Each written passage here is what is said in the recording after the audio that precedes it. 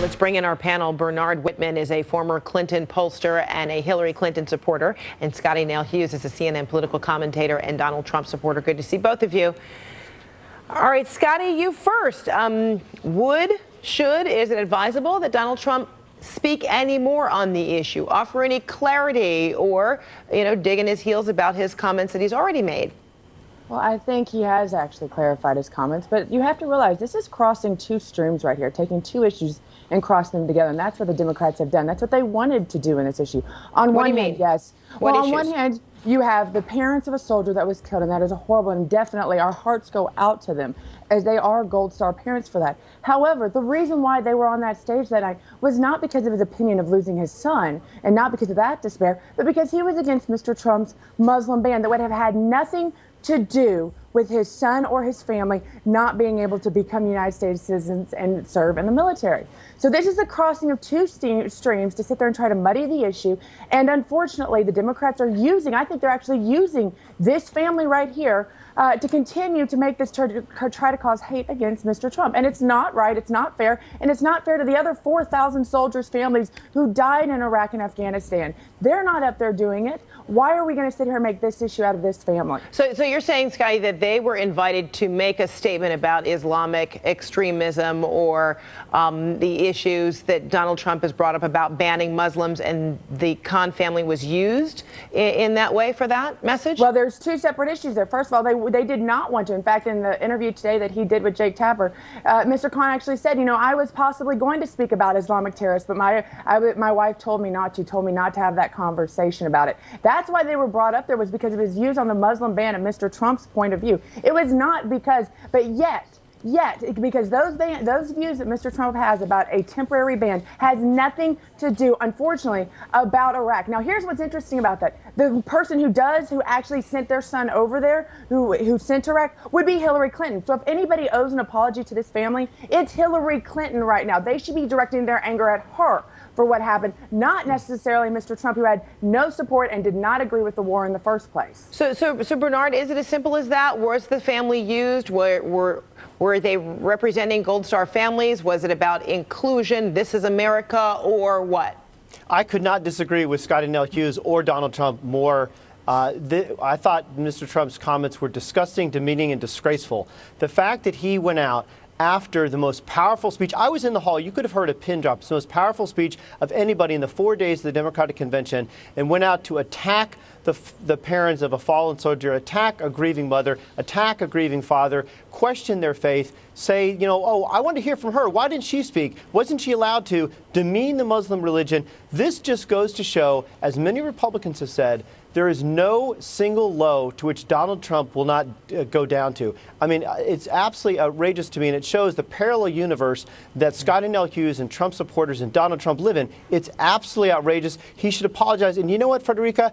I think not only should Donald Trump, as a result of this, delete his Twitter account, he should delete himself from the race. It's absolutely So Mr. Khan said that exemplifies Donald Trump's ignorance. That was the word that he used. In fact, it was Khazala Khan who actually wrote an opinion page in the Washington Post and talked about how difficult it is for her to look at an image of her son. There was a huge image right there in the DNC hall, and it's difficult for her to speak. It was even hard, to clear out his closet. But this was Donald Trump's response, particularly to the comments made from Mr. Khan, who said Donald Trump doesn't know what it is to make sacrifices.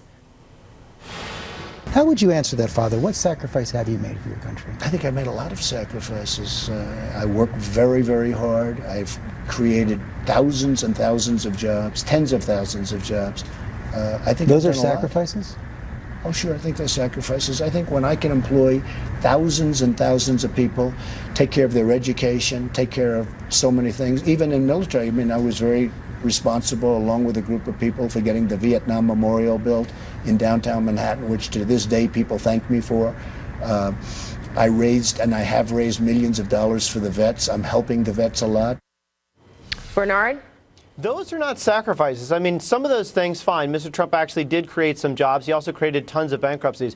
But those are not sacrifices. I mean, Frederica, I've done a lot of work with veterans on PTSD issues. Have I sacrificed anything for my country? Absolutely not. The people who sacrificed are people like the soldiers that give their lives every day. In fact, you know, Scotty points out had nothing to do with the Muslim ban. If Donald Trump had his way, they would not have been allowed in this country. That is false. And those soldiers that Khan saved may very well have died as a result. All right, that's the ignorance. That's the problem with this. This is how you know this is a spin of the media spin. First of all, let's look at that interview that just happened. The question it was. Those were two separate questions that were put together. Mr. Trump was responding to the fact of sacrificing. Nowhere did he ever say that his sacrifice was equivalent or more even close to what the Khans had given up. I mean, let's say, we all have always said, they deserve the respect. I think the question is creating a job considered a sacrifice? No, it's not.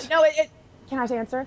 This is more about, yeah, you know what, creating jobs caused him to be at work, which cost him 2 marriages, which he's admitted, time away from his family to sit there and invest. Fidelity cost him that. Actually being away from his family, he's admitted, never did he say that his actual sacrifice was in anywhere comparison. That is the spin of the media and an ongoing bias. And like I said, they do not, we respect their laws, but at the same time, they don't represent all the Gold Star families right now. They represent one. They were showcased on the stage. And if they had such a problem with being out there in public, then they should not have been on the stage. They should not have, she already had an op-ed in the Washington Post. He's been on every morning talk show. They've already done a blog. This shows the spin right now. This is not about our soldiers and our family. This is about demonizing a candidate and completely trying to get Hillary. And now Clinton you have off. more Trump surrogates going out and attacking the parents of a fallen soldier. Why can't you just say, you know what, I appreciate their sacrifice, end of story. It's disgusting. Okay, Scotty, did we hear you right? Are you saying that this Gold Star family did not deserve to be on the stage, period? No, that's not what I said. And please don't spin me on this. Oh, that's why I'm asking. Did I hear you say that? No, you did not hear me say. What you heard me say is they don't represent every Gold Star family. If they want to stand up there in honor of their son, then talk about your son. But don't sit there and go against Mr. Trump. Don't sit there and say he's never read the Constitution. Don't go on this attack media spin that we've seen today. All that does is prove that this is a media corrupted story that unfortunately uses the idea of a victim, someone that has fallen in Iraq. This is wrong. This is against every veteran right now should stand up and demand apologies. And this family should demand apology from Hillary Clinton because, like I said, she's the one that put their son in that situation that took his life in the first place. The Khans represent everything that's the best with America. Hold your thought right there. We're going to talk about this some more. We're going to take a short break for now. We'll resume this conversation in a moment. Donald Trump, you're asking Americans to trust you with their future. Let me ask you, have you even read the United States Constitution?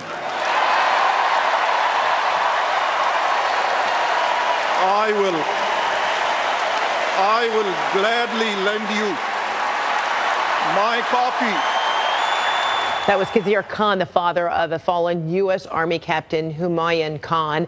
And that moment from the DNC is resonating across the country, but also provoking some outrage and criticism from Donald Trump. His wife, if you look at his wife, she was standing there. She had nothing to say. Maybe she wasn't allowed to have anything to say. You tell me, but plenty of people have written that. So in response, Khan's wife, Khazala, penned a powerful op-ed in the Washington Post reading this in part: I cannot walk into a room with pictures of Humayun.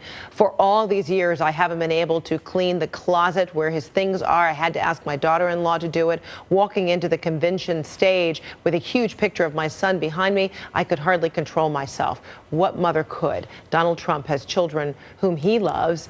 Does he really need to wonder why I did not speak? Let's bring back our political panel, Scotty Nell Hughes and Bernard Whitman. Donald Trump is reacting to the ripple effect that all of this is having, tweeting this: Captain Khan, killed 12 years ago, was a hero, but this is about radical Islamic terror and the weakness of our leaders to eradicate it.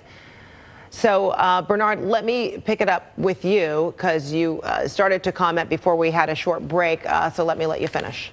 No, I mean, this is actually about character. It's about compassion. It's about judgment. It's about what type of individual do you want occupying the Oval Office? Someone who can reach out and, despite policy differences, reach out and at least be empathetic and supportive of people that have lost their son. This is a woman who can't even look at a picture of her son, let alone speak to tens of millions of people on television. And Donald Trump simply demeans her faith and says, why wasn't she speaking? This is not the type of individual that I want as president for my children or anyone's children, quite frankly. It's absolutely beyond the pale. And Scotty, Khan is also challenging Republican leadership, Paul Ryan, Mitch McConnell, to repudiate Trump. We've reached out to them for their comment. We're still awaiting a response. But Republican Senator Jeff Sessions did respond in this manner.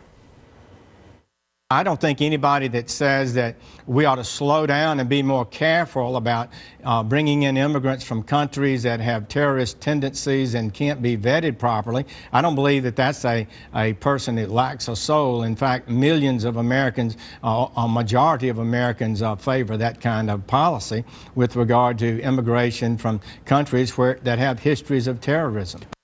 So, Scotty, is it your belief that it will serve Donald Trump well to respond any further to this issue? I think Mr. Trump responding back to terrorism does help him. That's one of the areas that he is strong about. I think that, obviously our heart aches for any mother who's lost a son. As a wife of a veteran myself, a military family, my heart does very much go out for them, and I think Mr. Trump's does as well. But terrorism is a real issue we're dealing with right now, and that was Mr. Trump, is what he is addressing, is we do have a problem. And anybody that wants to sit there, it was never said this was always a temporary ban to keep families safe in America today. That's it. This has nothing to do with with military service or loss of soldiers. This has to do with terrorism and putting America first to fix a broken system that has allowed some of the tragedies of San Bernardino and Orlando, and not knowing exactly who we have in this country and the homegrown terrorists that seem to continue to happen here in the United States. So is it fascinating that people see this differently? This might be an issue of Islamic extremism. Others see that it's an issue of compassion or lack thereof. So, Scotty, how does Donald Trump get the upper hand in this argument? I think you're going to look at it however you want to look at it. The glass is half full or glass is half empty. I think the one thing that can bond all of us together is that we all are Americans, and we do care for our military, we do care for our soldiers, and we definitely do care for those families that have lost a soldier. And then potentially, this was not the first, and unfortunately, we're going to continue to have issues like this as the threat of radical Islamic jihadism still continues to dominate the world today. So I think this is something that this could be a very good opportunity to grow us as Americans and bonding us together in the ways that we can actually fight terrorism, both internationally and here at home. So, Bernard, is this a representative of a division in America? How might this shape the potential outcome of the election? I think it fundamentally underscores the different vision we have for America. You have the Democrats showing a very positive, inclusive, strength through diversity. We are all in this together. It takes a village. And recognizing the value that each and every individual can bring, whether you agree with us or not. Donald Trump's vision of America, which was on full display yesterday, today, and in Cleveland, is one of divisiveness. It's one of negativity. It's one of demeaning. It's one of talking things down. It's one of questioning people's motives, questioning people's beliefs, and making fun of people for their disabilities, for their religion. You have a fundamental division in the way we want to approach problems. I think that we can have policy differences, and I welcome those. But when you demean people just for who they are, who they love, the type of religion they happen to practice, where they're born, that has to stop. We need to bring this nation together, not continue to sow divisions and keep people divided, which is the Republican and Donald Trump strategy, unfortunately. All right, Bernard, Scotty, thanks so much. We're going to talk again a little bit later on. Appreciate it. We have so much more straight ahead.